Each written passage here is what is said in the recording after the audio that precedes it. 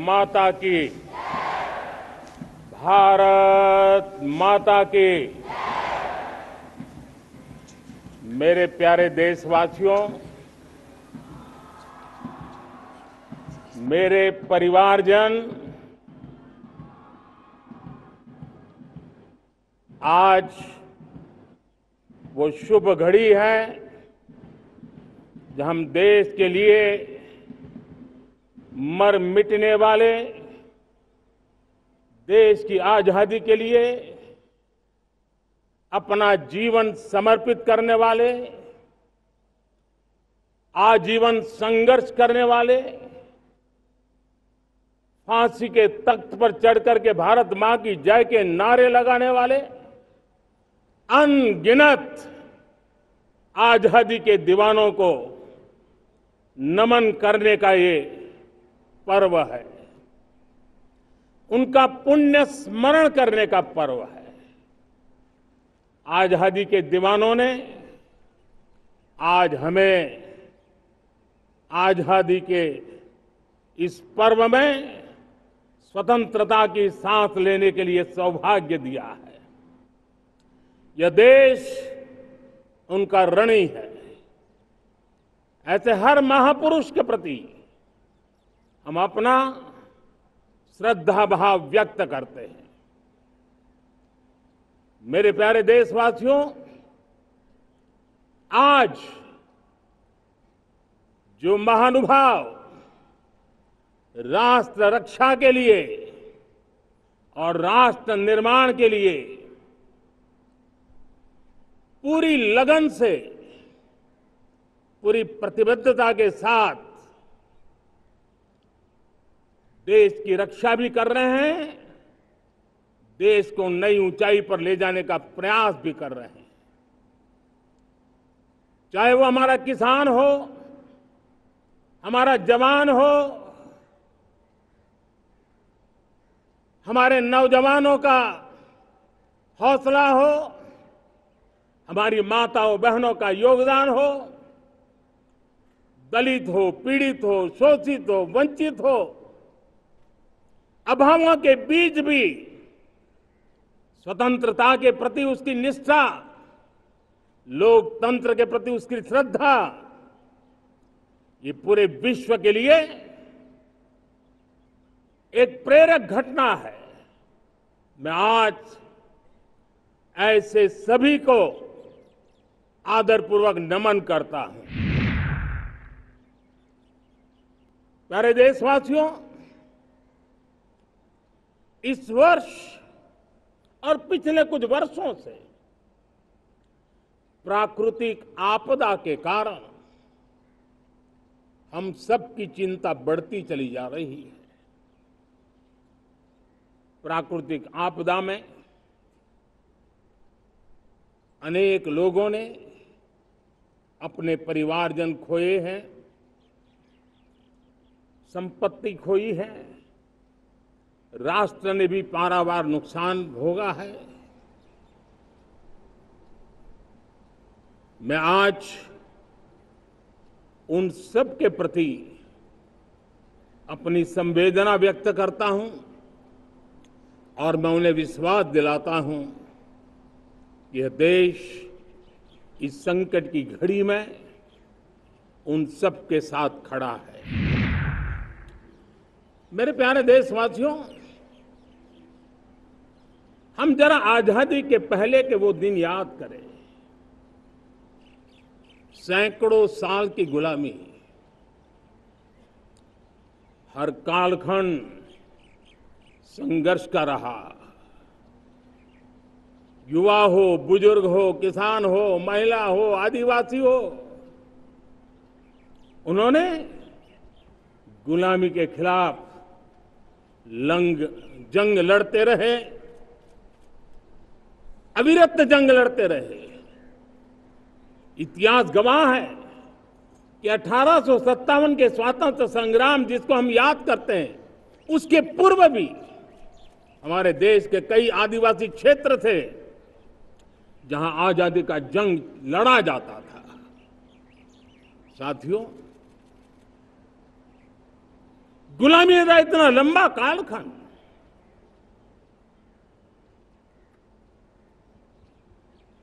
जुल्मी शासक, अपरंपार यातनाएं,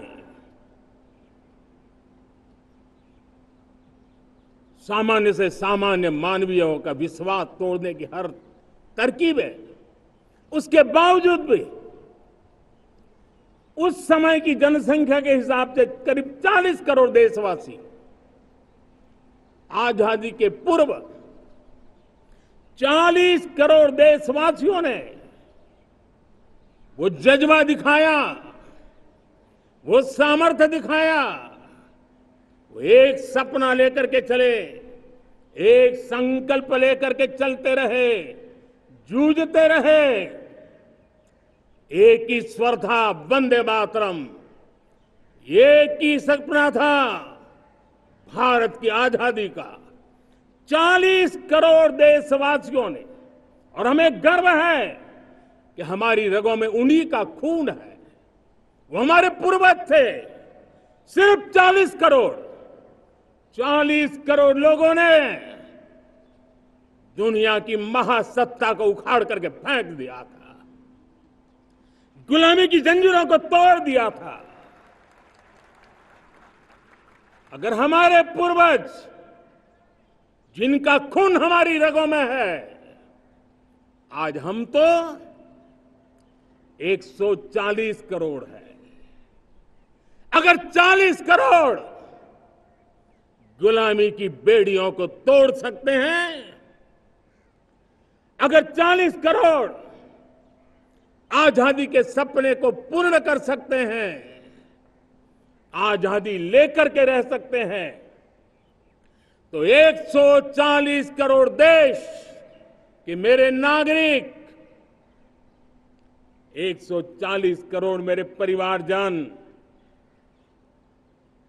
अगर संकल्प लेकर के चल पड़ते हैं, एक दिशा निर्धारित करके चल पड़ते हैं, कदम से कदम मिलाकर, कंधे से कंधा मिलाकर अगर चल पड़ते हैं, तो चुनौतियां कितनी भी क्यों ना हो, अभाव की मात्रा कितनी ही तीव्र क्यों ना हो, संसाधनों के लिए जूझने की नौबत हो, तो भी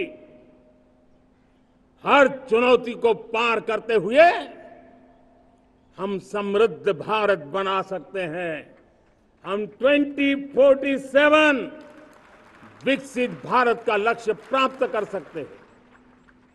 अगर 40 करोड़ देशवासी अपने पुरुषार्थ से, अपने समर्पण से, अपने त्याग से, अपने बलिदान से आजादी दे सकते हैं, आजाद भारत बना सकते हैं, तो 140 करोड़ देशवासी उसी भाव से समृद्ध भारत भी बना सकते हैं। साथियों, वो एक समय था जब लोग देश के लिए मरने के लिए प्रतिबद्ध थे और आजादी मिली थी। आज ये समय है देश के लिए जीने की प्रतिबद्धता का। अगर देश के लिए मरने की प्रतिबद्धता आजादी दिला सकती है, तो देश के लिए जीने की प्रतिबद्धता समृद्ध भारत भी बना सकती है।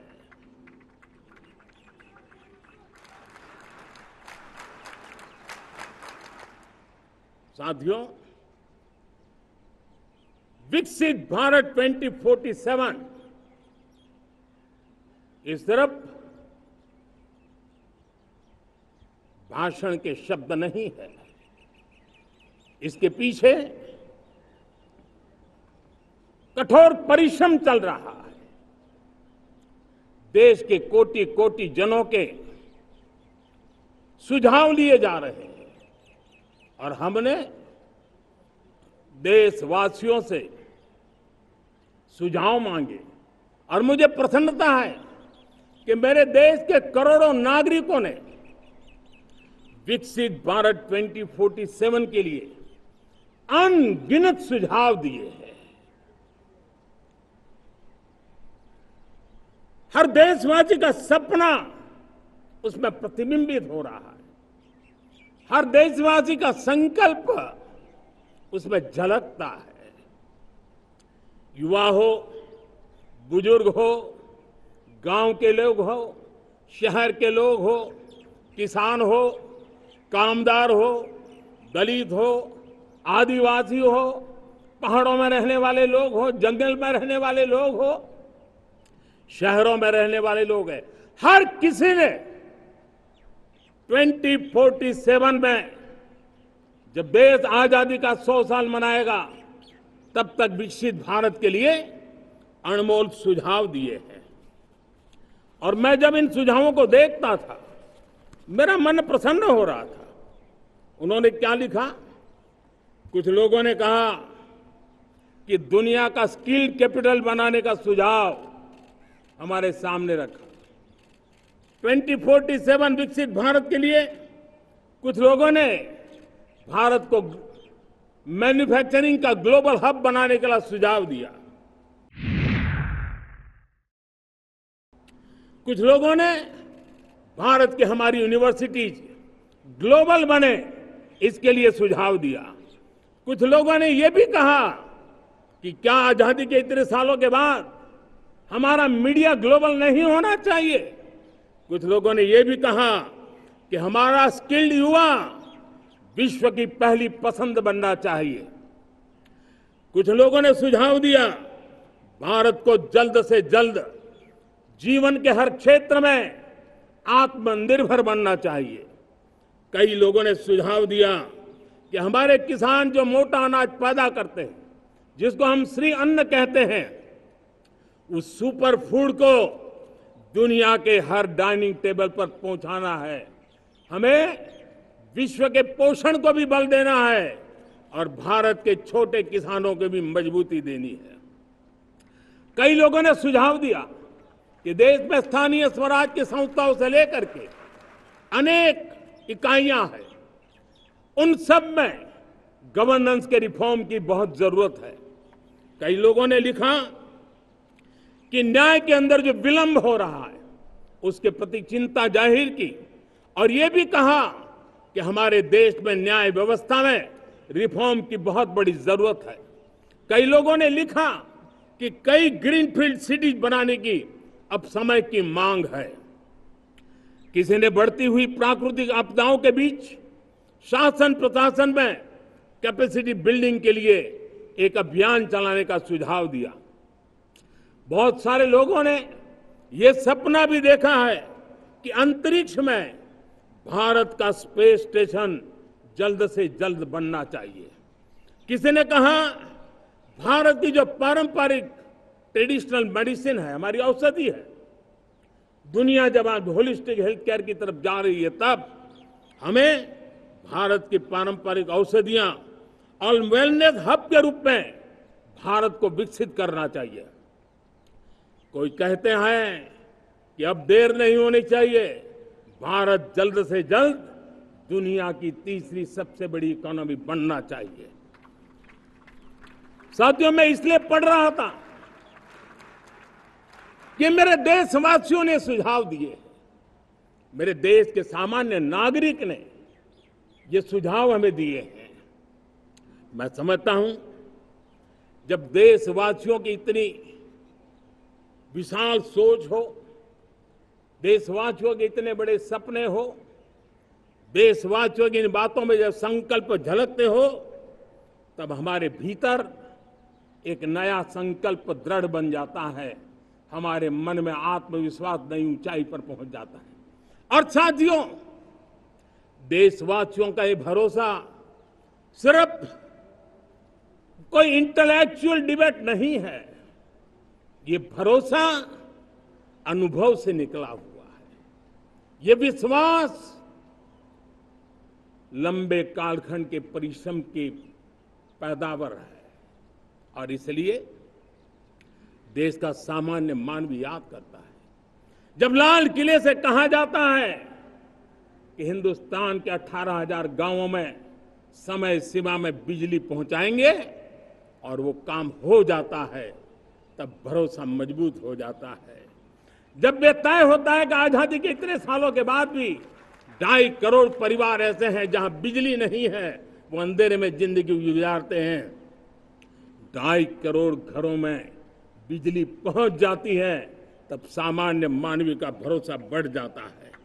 जब बारीकी से स्वच्छ भारत की बात कही जाए, तब इस देश के अग्रिम हरोर पंक्ति में बैठे हुए लोग हो, गांव के लोग हो, गरीब बस्ती में रहने वाले लोग हो, छोटे छोटे बच्चे हो, हर परिवार के अंदर स्वच्छता का वातावरण बन जाए, स्वच्छता की चर्चा हो, स्वच्छता के संदर्भ में एक दूसरे को रोक टोकने का निरंतर प्रयास चलता रहे। मैं समझता हूं कि ये भारत के अंदर आई हुई नई चेतना का प्रतिबिंब है।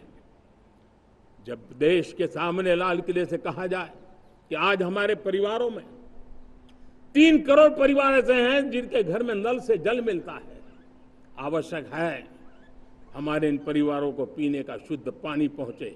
जल जीवन मिशन के तहत इतने कम समय में नए 12 करोड़ परिवारों को जल जीवन मिशन के तहत नल से जल पहुंच रहा है। आज 15 करोड़ परिवार इसके लाभार्थी बन चुके हैं। हमारे कौन लोग वंचित थे इन व्यवस्थाओं से? कौन पीछे रह गए थे? समाज के अग्रिम पंक्ति के लोग इसके लिए अभाव में नहीं जीते थे। मेरे दलित, मेरे पीड़ित, मेरे शोषित, मेरे आदिवासी भाई बहन, मेरे गरीब भाई बहन, मेरे झुग्गी झोपड़ी में जिंदगी गुजारने वाले लोग, वही तो इन चीजों के अभाव में जी रहे थे।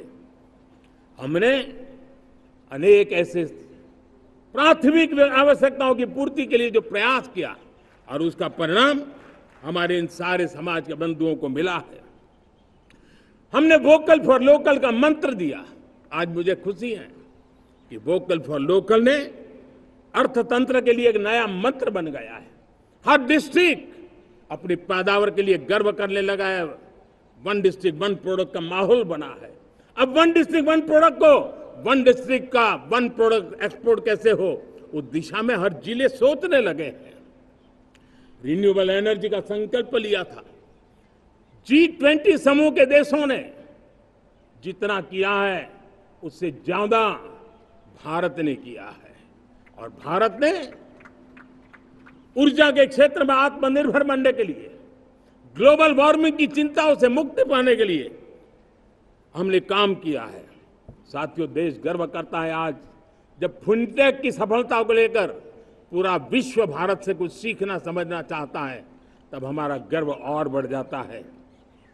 साथियों, हम कैसे भूल सकते हैं कोरोना के वो संकट काल। विश्व में सबसे तेज गति से करोड़ों लोगों को वैक्सीनेशन का काम हमारे इसी देशों में हुआ। यही देश हैं जो कभी आतताई आतंकवादी हमें आकर के मार के चले जाते थे। जब देश की सेना सर्जिकल स्ट्राइक करती है, जब देश की सेना एयर स्ट्राइक करती है, तो देश के नौजवानों का सीना ऊंचा हो जाता है, तन जाता है, गर्व से भर जाता है। और यही बातें हैं जो आज 140 करोड़ देशवासियों का मन गर्व से भरा हुआ है, आत्मविश्वास से भरा हुआ है। साथियों, इन सारी बातों के लिए एक सुविचारित प्रयास हुआ है। रिफॉर्म की परंपरा को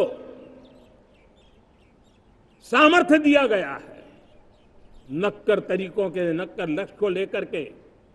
और जब राजनीतिक नेतृत्व की संकल्प शक्ति हो, दृढ़ विश्वास हो, जब सरकारी मशीनरी उसको लागू करने के लिए समर्पण भाव से जुट जाती है, और जब देश के हर नागरिक उस सपने को पूरा करने के लिए, जन भागीदारी करने के लिए, जन आंदोलन बनाने के लिए आगे आता है, तब हमें निश्चित परिणाम मिलता ही रहता है।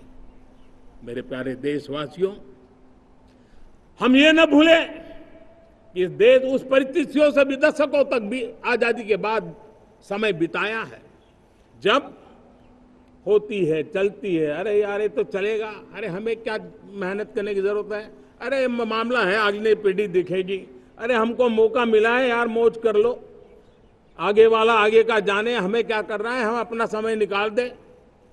अरे नया करने जाओगे कोई बवाल उठ जाए, पता नहीं क्यों देश में एक स्टेटस को का माहौल बन गया था। जो है उसी से गुजारा कर लो, यही का माहौल बन गया था। और लोग तो कहते हैं अरे भाई छोड़ो, अब कुछ होने वाला नहीं है, चलो, ऐसा ही मन बन गया था। हमें इस मानसिकता को तोड़ना था, हमें विश्वास से भरना था, और हमने उस दिशा में प्रयास किया। कई लोग तो कहते थे अरे भाई अगली पीढ़ी के लिए काम हम अभी से क्यों करें, हम तो आज का देखें। लेकिन देश का सामान्य नागरिक ये नहीं चाहता, वो बदलाव के इंतजार में था, वो बदलाव चाहता था, उसकी ललक थी, लेकिन उसके सपनों को किसी ने तवज्जो नहीं दी, उसकी आशा आकांक्षाओं को अपेक्षाओं को तवज्जो नहीं दी गई, और उसके कारण वो मुसीबतों को झेलते हुए गुजारा करता रहा, वो रिफॉर्म्स का इंतजार करता रहा। हमें जिम्मेदारी दी गई और हमने बड़े रिफॉर्म्स जमीन पर उतारे।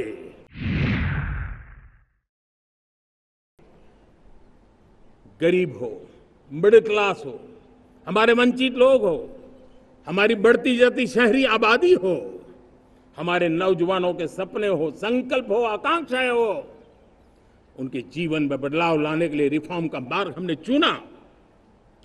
और मैं देशवासियों को विश्वास दिलाना चाहता हूं, रिफॉर्म के प्रति हमारी जो प्रतिबद्धता है वो पिंक पेपर के एडिटोरियल के लिए सीमित नहीं है। हमारे रिफॉर्म्स की ये प्रतिबद्धता है, वो 4 दिन की वाहवाही के लिए नहीं है। हमारी रिफॉर्म्स की प्रक्रिया किसी मजबूरी में नहीं है, देश को मजबूती देने के इरादे से है।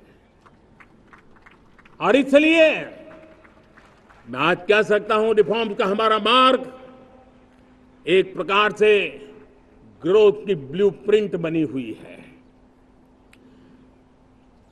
ये हमारा रिफॉर्म, ये ग्रोथ, ये बदलाव, ये सिर्फ डिबेट क्लब के लिए, इंटेलेक्चुअल सोसाइटी के लिए, एक्सपर्ट लोगों के लिए सिर्फ चर्चा का विषय नहीं है। साथियों, हमने राजनीतिक मजबूरी के कारण नहीं किया है। हम जो कुछ भी कर रहे हैं वो राजनीति का भागा गुणा करके नहीं सोचते हैं। हमारा एक ही संकल्प होता है, नेशन फर्स्ट, नेशन फर्स्ट, राष्ट्रहित सुप्रीम। ये मेरा भारत महान बने, इसी संकल्प को लेकर के हम कदम उठाते हैं। साथियों, जब रिफॉर्म की बात आती है, एक लंबा परिवेश है।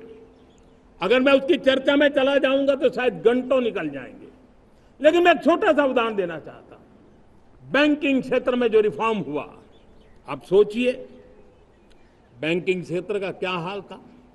न विकास होता था, न विस्तार होता था, न विश्वास बढ़ता था। इतना ही नहीं, जिस प्रकार की कारनामे चले उसके कारण हमारे बैंक संकटों से गुजर रहे थे।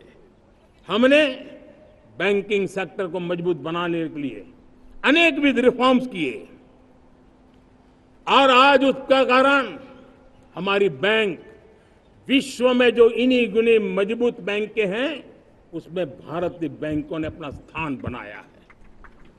और जब बैंक मजबूत होती है ना, तब फॉर्मल इकोनॉमी की ताकत भी बढ़ती है।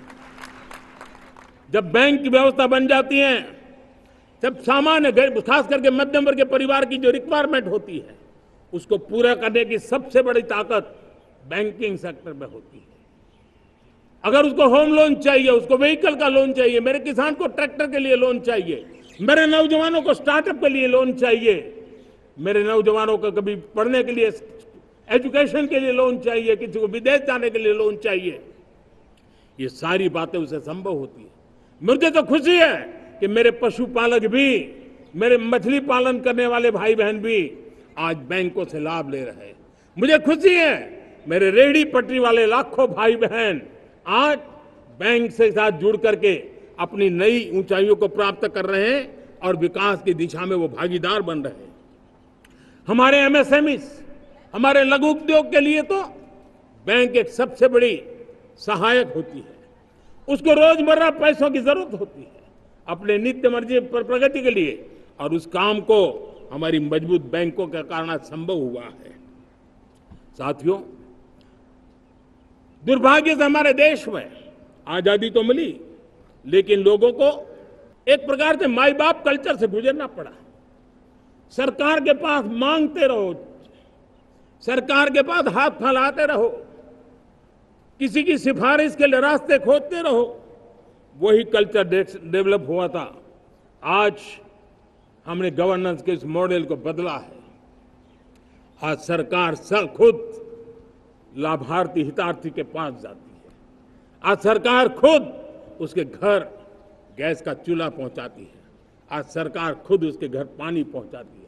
आज सरकार खुद उसके घर बिजली पहुंचाती है।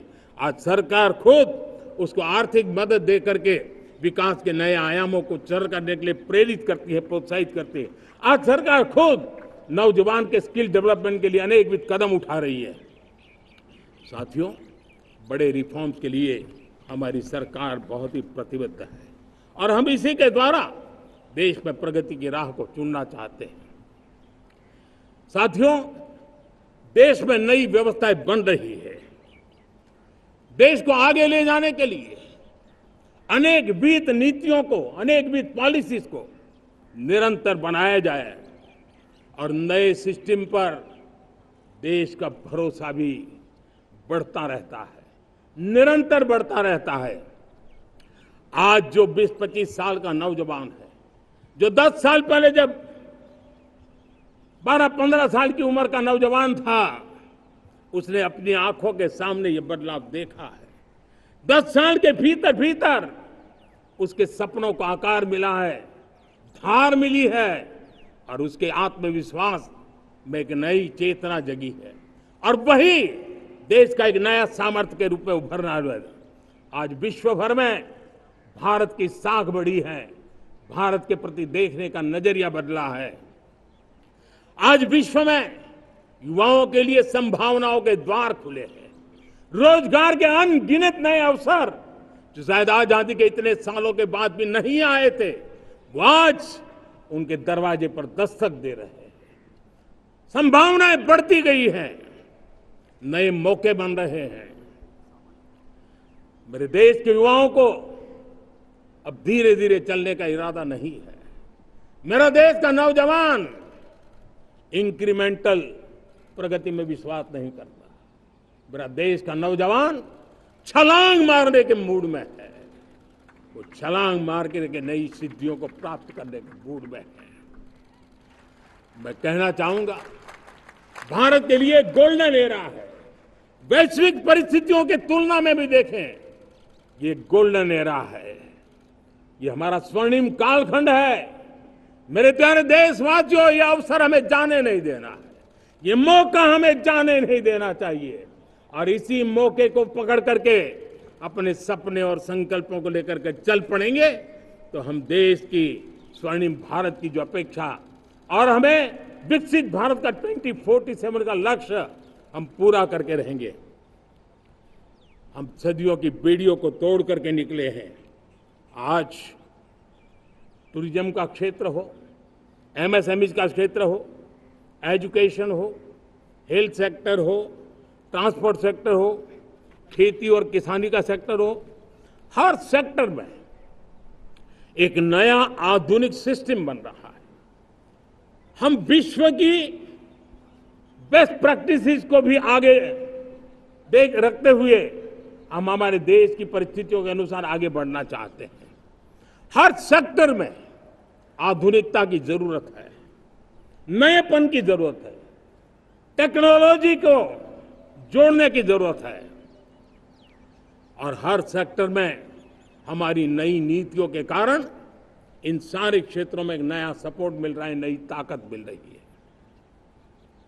हमारे सारे अवरोध हटे, हमारी बंदी से दूर हो, हम पूरे सामर्थ्य के साथ चल पड़े, खिल उठे, सपनों को पा करके रहे, सिद्धि को हम अपने निकट देखें, हम आत्मसात करें, उस दिशा में हम चलना है। अब आप देखिए कितना बड़ा बदलाव रहा है। मैं एकदम जमीनी स्तर की बात करूं, विमेन सेल्फ हेल्प ग्रुप, आज 10 साल में हमारे 10 करोड़ बहनें विमेन सेल्फ हेल्प ग्रुप में जुड़ी है। 10 करोड़ नई बहनें। हमें गर्व हो रहा है कि हमारे सामान्य परिवार की, गांव की 10 करोड़ महिलाएं आर्थिक रूप से आत्मनिर्भर बन रही हैं। और जब महिला आर्थिक रूप से आत्मनिर्भर बनती हैं, तब परिवार की निर्णय प्रक्रिया की हिस्सेदार बनती हैं, एक बहुत बड़ी सामाजिक परिवर्तन की गारंटी लेकर के आती है। मुझे गर्व है इस बात पर, लेकिन साथ साथ मुझे गर्व इस बात का भी है कि हमारे सीईओ आज दुनिया भर के अंदर अपनी धाक जमा रहे हैं। भारत के हमारे सीईओ विश्व भर में अपनी धाक जमा रहे हैं। हमारे लिए खुशी की बात है कि एक तरफ मेरे सीईओ दुनिया भर में नाम कमा रहे हैं, भारत का नाम बढ़ा रहे हैं, तो दूसरी तरफ विमेन सेल्फ हेल्प ग्रुप से 1 करोड़ मेरी सामान्य परिवार की माताएं बहनें लखपति दीदी बनती है। मेरे लिए ये भी उतना ही गर्व की बात है।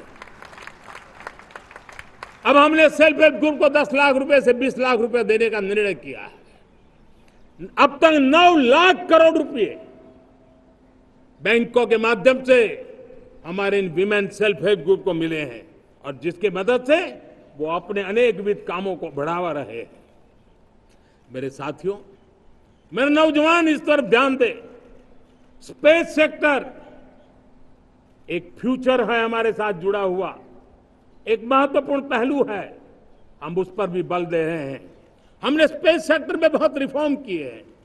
जिन बंधनों में हमने स्पेस सेक्टर को बांध के रखा था, उसे हमने खोल दिया है। आज सैकड़ों स्टार्टअप्स स्पेस के सेक्टर में आ रहे हैं। वाइब्रेंट बनता जाता हमारा स्पेस सेक्टर भारत को एक शक्तिशाली राष्ट्र बनाने का एक महत्वपूर्ण अंग है, और हम इसको दूर की सोच के साथ मजबूती दे रहे हैं। आज private satellite, private rocket launch हो रहे हैं। ये गर्व की बात है। आज मैं कह सकता हूं, जब नीति सही होती है, नियत सही होती है और पूर्ण समर्पण से राष्ट्र का कल्याण यही मंत्र होता है, तो निश्चित परिणाम हम प्राप्त करके रहते हैं। मेरे प्यारे देशवासियों, आज देश में नए अवसर बने, तब मैं कह सकता हूं 2 चीजें और हुई जिसने विकास को एक गति दी है, विकास को एक नई छलांग दी है। और ये है, पहला है आधुनिक इंफ्रास्ट्रक्चर का निर्माण। हमने इंफ्रास्ट्रक्चर को आधुनिक बनाने की दिशा में बहुत बड़े कदम उठाए हैं। और दूसरी तरफ सामान्य मानवीय के जीवन में जो बाधाएं हैं, ईज ऑफ लिविंग का हमारा जो सपना है, उस पर भी हमने उतना ही बल दिया है। पिछले 1 दशक में अभूतपूर्व इंफ्रास्ट्रक्चर का विकास हुआ है। रेल हो, रोड हो, एयरपोर्ट हो, पोर्ट हो, ब्रॉडबैंड कनेक्टिविटी हो, गांव गांव नए स्कूल बनाने की बात हो, जंगलों में स्कूल बनाने की बात हो, दूर सुदूर इलाकों में अस्पताल बनाने की बात हो, आरोग्य मंदिर बनाने की बात हो, मेडिकल कॉलेजों का काम हो, आयुष्मान आरोग्य मंदिरों का निर्माण चलता हो, 60,000 से ज्यादा अमृत सरोवर बने हो, 2 लाख पंचायतों तक ऑप्टिकल फाइबर नेटवर्क पहुंचा हो, नहरों का एक बहुत बड़ा जाल बिछाया जा रहा हो, 4 करोड़ पक्के घर बनना, गरीबों को एक नया आश्रय मिलना, 3 करोड़ नए घर बनाने के संकल्प के साथ आगे बढ़ने की हमारी कोशिश हो। हमारा पूर्वी भारत, नॉर्थ ईस्ट, उसका इलाका आज इंफ्रास्ट्रक्चर के लिए जाने जाना लगा है। और हमने ये जो कायाकल्प किया है, उसका सबसे बड़ा लाभ समाज के उन वर्गों तक हम पहुंचे हैं। जब ग्रामीण सड़कें वहां बनी है जिनकी तरफ कोई देखता नहीं था, जिस इलाकों को नहीं देखता था, जिन गांवों को नहीं देखता था, दलित हो, पीड़ित हो, शोषित हो, वंचित हो, पिछड़े हो, आदिवासी हो, जंगल में रहने वाले हो, दूर सुदूर पहाड़ों में रहने वाले हो, सीमावर्ती स्थान पर रहने वाले हो, हमने उनकी आवश्यकता की पूर्ति की है। हमारे मछुआरे भाई बहनों की आवश्यकताओं को पूरा करना, हमारे पशुपालकों के जीवन को बदलना, एक प्रकार से सर्वांगीण विकास का प्रयास हमारी नीतियों में रहा, हमारी नीयत में रहा है, हमारे रिफॉर्म में रहा है, हमारे कार्यक्रमों में रहा है, हमारी कार्यशैली में रहा है। और उस सबसे बड़ा लाभ मेरे युवाओं को होता है। उनको नए नए अवसर मिलते हैं, नए नए क्षेत्र में कदम रखने का उसके लिए संभावनाएं बन जाती है, और वही तो सबसे ज्यादा रोजगार दे रहा है। और सबसे ज्यादा रोजगार प्राप्त करने का अवसर इन्हीं समय में उनको मिला है। हमारा जो मध्यम वर्गीय परिवार है, मध्यम वर्गीय परिवार को क्वालिटी ऑफ लाइफ, वो स्वाभाविक उसकी अपेक्षा रहती है। वो देश के लिए बहुत देता है, तो देश का भी दायित्व है कि उसकी जो क्वालिटी ऑफ लाइफ में जो उसकी अपेक्षाएं हैं, सरकार की कठिनाइयों से मुक्ति की उसकी जो अपेक्षाएं हैं, उसको पूर्ण करने के लिए हम निरंतर प्रयास करते हैं। और मैंने तो सपना देखा है कि 2047 जब विकसित भारत का सपना होगा, तो उसकी एक इकाई ये भी होगी कि सामान्य मानव के जीवन में सरकार की दखलें कम हो, जहां सरकार की जरूरत हो वहां अभाव न हो, और जहां सरकार की बेकारण प्रभाव भी न हो, इस प्रकार की व्यवस्था पर हम प्रतिबद्ध हैं। मेरे प्यारे देशवासियों, हम छोटी छोटी जरूरतों पर भी ध्यान देते हैं, हम छोटी छोटी आवश्यकताओं पर ध्यान देते हैं और उसको लेकर हम चलते हैं। चाहे हमारे गरीब का घर का चूल्हा जलता रहे, गरीब की मां को कभी आंसू पी करके सोना न पड़े, और इसके लिए मुफ्त इलाज की योजना हमारी चल रही है। बिजली, पानी, गैस अब सैचुरेशन के मूड पर है, और जब हम सैचुरेशन की बात करते हैं वो 100% होता है। जब सैचुरेशन होता है तो उसको जातिवाद का रंग नहीं लगता है। जब सैचुरेशन होता है तो उसमें पांथिकता का रंग नहीं लगता है। जब सैचुरेशन का मंत्र होता है तब सच्चे अर्थ में सबका साथ सबका विकास का मंत्र साकार होता है। लोगों के जीवन में सरकार की दखल कम हो, उस दिशा में हमने हजारों कंप्लायंसेस के लिए सरकार सामान्य मानवी पर बोझ डालती थी, उन सारे कंप्लायंसेस को दूर किया। हमने देशवासियों के लिए 1,500 से ज्यादा कानूनों को खत्म कर दिया, ताकि कानूनों की जंजाल के अंदर देशवासियों को फंसना न पड़े। हमने छोटी छोटी गलतियों के कारण ऐसे कानून बने थे, उनको जेल में अंदर धकेल दिया जाए। हमने उन छोटे छोटे कारणों से जेल जाने के जो परंपराएं थी, उन सारे कानूनों को नष्ट कर दिया, और उसको कानूनों को जेल भेजने के प्रावधान को व्यवस्था से बाहर कर दिया है। आज हमने जो आजादी की विरासत के गर्व की बात हम जो करते हैं, सदियों से हमारे पास जो क्रिमिनल लॉ थे, आज हमने उसको नए क्रिमिनल लॉ, जिसको हमने न्याय संहिता के रूप में, और जिसके मूल में दंड नहीं पर नागरिक को न्याय, इस भाव को हमने प्रबल बनाया है। ईज ऑफ लिविंग बनाने के लिए देशव्यापी मिशन में काम करे। हर लेवल पर मैं सरकार के प्रतिनिधियों का आह्वान करता हूं। मैं जनप्रतिनिधि, वो किसी भी दल के क्यों न हो, किसी भी राज्य के क्यों न हो, सबसे आग्रह करता हूं कि हमने एक मिशन मोड में ईज ऑफ लिविंग के लिए कदम उठाने चाहिए। मैं हमारे युवाओं को, प्रोफेशनल्स को, सबको मैं कहना चाहता हूं, आप अपने स्थान पर जहां पर आपको छोटी छोटी दिक्कतें होती है, आप उसके सॉल्यूशन को लेकर के सरकार को चिट्ठी लिखते रहिए। सरकार को बताइए कि बिना कारण की कठिनाइयां है, उसको दूर करने से कोई नुकसान नहीं है। मैं पक्का मानता हूं आज सरकारें संवेदनशील है। हर सरकार, स्थानीय स्वराज्य की संस्था होगी या राज्य सरकार होगी या केंद्र सरकार होगी, उसको तवज्जो देगी। गवर्नेंस में रिफॉर्म्स, ये हमें विकसित भारत 2047 के सपने के लिए हमने उसको जोर लगा करके आगे बढ़ाना होगा, ताकि सामान्य मानवी के जीवन में अवकाश ही अवकाश पैदा हो, रुकावटें खत्म होती चली जाए। नागरिकों का डिग्निटी ऑफ सिटीजन, नागरिकों के जीवन में सम्मान मिले। डिलीवरी के संबंध में कभी किसी को ये कहने की मोहब्बत ना आया कि ये तो मेरा हक था कि मुझे मिला नहीं, उसको खोजना न पड़े। सरकार के गवर्नेंस में डिलीवरी सिस्टम को और मजबूती चाहिए। आप देखिए, देश में जब हम रिफॉर्म की बात करते हैं, आज देश में करीब करीब 3 लाख संस्थाएं काम कर रही है, चाहे पंचायत हो, नगर पंचायत हो, नगर पालिका हो, महानगर पालिका हो, यूटी हो, स्टेट हो, डिस्ट्रिक्ट हो, केंद्र, छोटी मोटी 3 लाख करीब करीब इकाइयां हैं।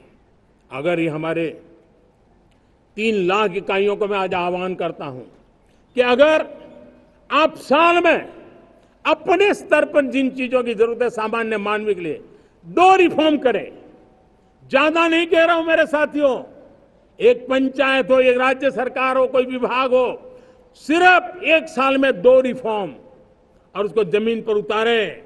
आप देखिए, हम देखते ही देखते 1 साल में करीब करीब 25-30 लाख रिफॉर्म कर सकते हैं।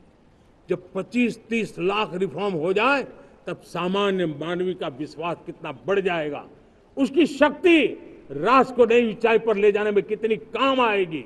और इसलिए हम अपने स्तर पर होती है चलती से मुक्ति पाकर के बदलावों के लिए आगे आए, हिम्मत के साथ आगे आए। और सामान्य मानवी की जरूरत, छोटी छोटी जरूरत होती है, पंचायत लेवल पर भी वो मुसीबतें झेल रहा है, उन मुसीबतों से हम मुक्ति दिलाएं तो मुझे पक्का विश्वास है कि हम सपनों को पार कर सकते हैं।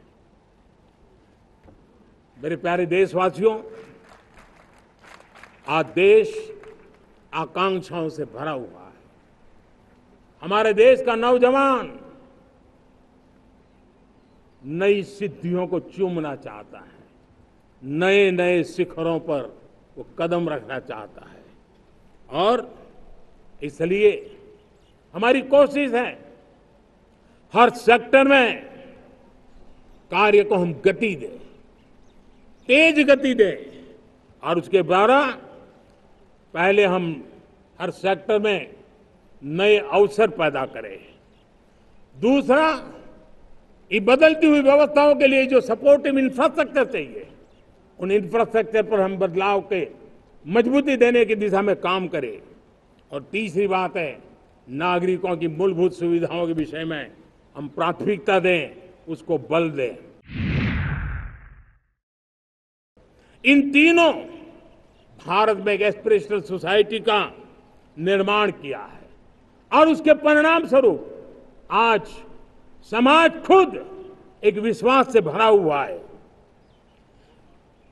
हमारे देशवासियों की आकांक्षा है, उनके एस्पिरेशंस, हमारे नौजवानों की ऊर्जा, हमारे देश के सामर्थ्य के साथ जोड़ करके हम आगे बढ़ने की एक ललक लेकर के चल रहे हैं। मुझे विश्वास है रोजगार और स्वरोजगार नए रिकॉर्ड के अवसर पर हम काम किया है। प्रति व्यक्ति आज आय दोगुनी करने में हम सफल हुए हैं। ग्लोबल ग्रोथ में भारत का योगदान बड़ा है। भारत का एक्सपोर्ट लगातार बढ़ रहा है। विदेशी मुद्रा भंडार लगातार बढ़ा हुआ है, पहले से 2 गुना पहुंचा है। ग्लोबल संस्थानों का भारत के प्रति भरोसा बढ़ा है। मुझे विश्वास है भारत की दिशा सही है, भारत की गति तेज है, और भारत के सपनों में सामर्थ्य है। लेकिन इन सबके साथ संवेदनशीलता का हमारा मार्ग हमारे लिए ऊर्जा में एक नई चेतना भरता है। मम भाव हमारे कार्य की शैली है। समभाव भी चाहिए, मम भाव भी चाहिए, उसको लेकर के हम चल रहे हैं। मैं जब कोरोना काल को याद करता हूं, कोरोना की वैश्विक महामारी के बीच सबसे तेजी से इकोनॉमी को बेहतर बनाने वाला कोई देश है तो वो देश भारत है। तब लगता है कि हमारी दिशा सही है। जब जात पात मत पंथ ऊपर उठकर हर घर तिरंगा फहराया जाता है, तब लगता है देश की दिशा सही है। आज पूरा देश तिरंगा है, हर घर तिरंगा है। न कोई जात है, न कोई पात है, न कोई ऊंच है, न कोई नीच है, सभी भारतीय है। यही तो हमारी दिशा की ताकत है। जब हम 25 करोड़ लोगों को गरीबी से बाहर निकालते हैं, तब हमारा विश्वास पक्का हो जाता है कि हमने गति को बराबर मेंटेन किया है और सपनों को साकार करना दूर नहीं है। जब 100 से अधिक आकांक्षी जिले अपने अपने राज्य के अच्छे जिलों की स्पर्धा कर रहे हैं, बराबरी करने लगे हैं, तो हमें लगता है कि हमारी दिशा और गति दोनों सामर्थ्यवान है। जब हमारे उन आदिवासी साथियों को वो मदद मिलती है, पीएम जनमन के द्वारा उनको जो योजनाएं पहुंची थी, आबादी बहुत छोटी है, लेकिन बहुत दूर सुदूर इलाकों में छुटपुट परिवार रहते हैं, हमने उनको खोज के निकाला है, उनके लिए चिंता की है। तब लगता है कि संवेदनशीलता से जब काम करते हैं तब संतोष कितना मिलता है। वर्किंग वुमेन के लिए पेड मैटरनिटी लीव 12 हफ्ते से बढ़ा करके 26 हफ्ते कर देते हैं। तब सिर्फ नारी का सम्मान ही करते इतना नहीं है, नारी के प्रति संवेदनशील भाव से निर्णय करते इतना नहीं, लेकिन उसके गोद में जो बच्चा पला है ना, उसको एक उत्तम नागरिक बनाने के लिए मां की जो जरूरत है उसमें सरकार रुकावट न बने, इस संवेदनशील भावना से उस निर्णय को हम करते हैं। जब मेरे दिव्यांग भाई बहन भारतीय साइन लैंग्वेज की बात हो या तो सुगम्य भारत का अभियान हो, उसको लगता है कि अब मेरी भी डिग्निटी है, मेरे प्रति देश के नागरिक सम्मान के भाव से देखता है। और पैरालंपिक में तो हमारे खिलाड़ी नई नई ताकत दिखाने लगे हैं। तब लगता है कि ये जो मेरा मम भाव है, हम सबका मम भाव है, उसकी ताकत नजर आती है। हमारे ट्रांसजेंडर समाज के प्रति हम जिस संवेदना के साथ निर्णय बना रहे हैं, हम नए नए कानून बना रहे हैं, उनको सम्मान का जीवन देने के लिए हम प्रयास कर रहे हैं, तब बदलाव की हमारी दिशा सही दिखता है। सेवा भाव से किए गए इन कामों का, जो त्रिविध मार्गों से हम चले हुए, इन कामों का एक सीधा सीधा लाभ आज उसके परिणाम के रूप में हमें नजर आ रहा है। 60 साल बाद लगातार तीसरी बार आपने हमें देश सेवा का मौका दिया है। मेरे 140 करोड़ देशवासी, आपने जो आशीर्वाद दिए हैं, उस आशीर्वाद में मेरे लिए एक ही संदेश है, जन जन की सेवा, हर परिवार की सेवा, हर क्षेत्र की सेवा, और सेवा भाव से समाज की शक्ति को साथ लेकर के विकास की नई ऊंचाइयों पर पहुंचना। 2047 विकसित भारत के सपने को लेकर के चलना, उसी एक संदेश को लेकर मैं आज लाल किले की प्राचीर से हमें आशीर्वाद देने के लिए मैं कोटि कोटि देशवासियों का सर झुका करके आभार व्यक्त करता हूं। मैं उनके प्रति नतमस्तक होता हूं और मैं उनको विश्वास दिलाता हूं कि हमें नई ऊंचाइयों को नए जोश के साथ आगे बढ़ना है। हमें सिर्फ जो हो गया है वो संतोष मान करके बैठने वाले हम लोग नहीं हैं, वो हमारे संस्कार में नहीं है। हम कुछ और करने के लिए, कुछ और आगे बढ़ने के लिए और कुछ और नई ऊंचाइयों को पार करने के लिए हम आगे बढ़ना चाहते हैं। विकास को, समृद्धि को, सपनों को साकार करने को, संकल्प को लिए जीवन खपाने को हम अपना स्वभाव बनाना चाहते हैं, देशवासियों का स्वभाव बनाना चाहते हैं। मेरे प्यारे देशवासियों, आज नई शिक्षा नीति बहुतेक मात्राओं में कई राज्यों ने उसको अच्छा इनिशिएटिव लिए है और उसके कारण आज एक 21वीं सदी के अनुरूप हमारी शिक्षा व्यवस्था को जो हम बल देना चाहते हैं और विकसित भारत के सपने के लिए जिस प्रकार से मानव समूह तैयार करना चाहते हैं, नई शिक्षा नीति बहुत बड़ी भूमिका अदा। मैं नहीं चाहता हूं कि मेरे देश के नौजवानों को अब विदेशों में पढ़ने के लिए मजबूर होना पड़े। मध्यम वर्गीय परिवार के लाखों करोड़ों रुपया बच्चों को विदेश पढ़ने के लिए भेजने में खर्च हो जाए। हम यहाँ ऐसी शिक्षा व्यवस्था का विकसित करना चाहते हैं कि मेरे देश के नौजवानों को विदेश जाना न पड़े, मेरे मध्यम वर्गीय परिवारों को लाखों करोड़ रुपया खर्च करना न पड़े। इतना ही नहीं, ऐसे संस्थान निर्माण हो ताकि विदेशों से लोग भारत के अंदर उनका मुंह मोड़े। अभी अभी हमने बिहार का हमारा गौरवप्रद इतिहास रहा है, नालंदा यूनिवर्सिटी का पुनर्निर्माण किया है। फिर से एक बार नालंदा यूनिवर्सिटी काम करना शुरू कर दिया है।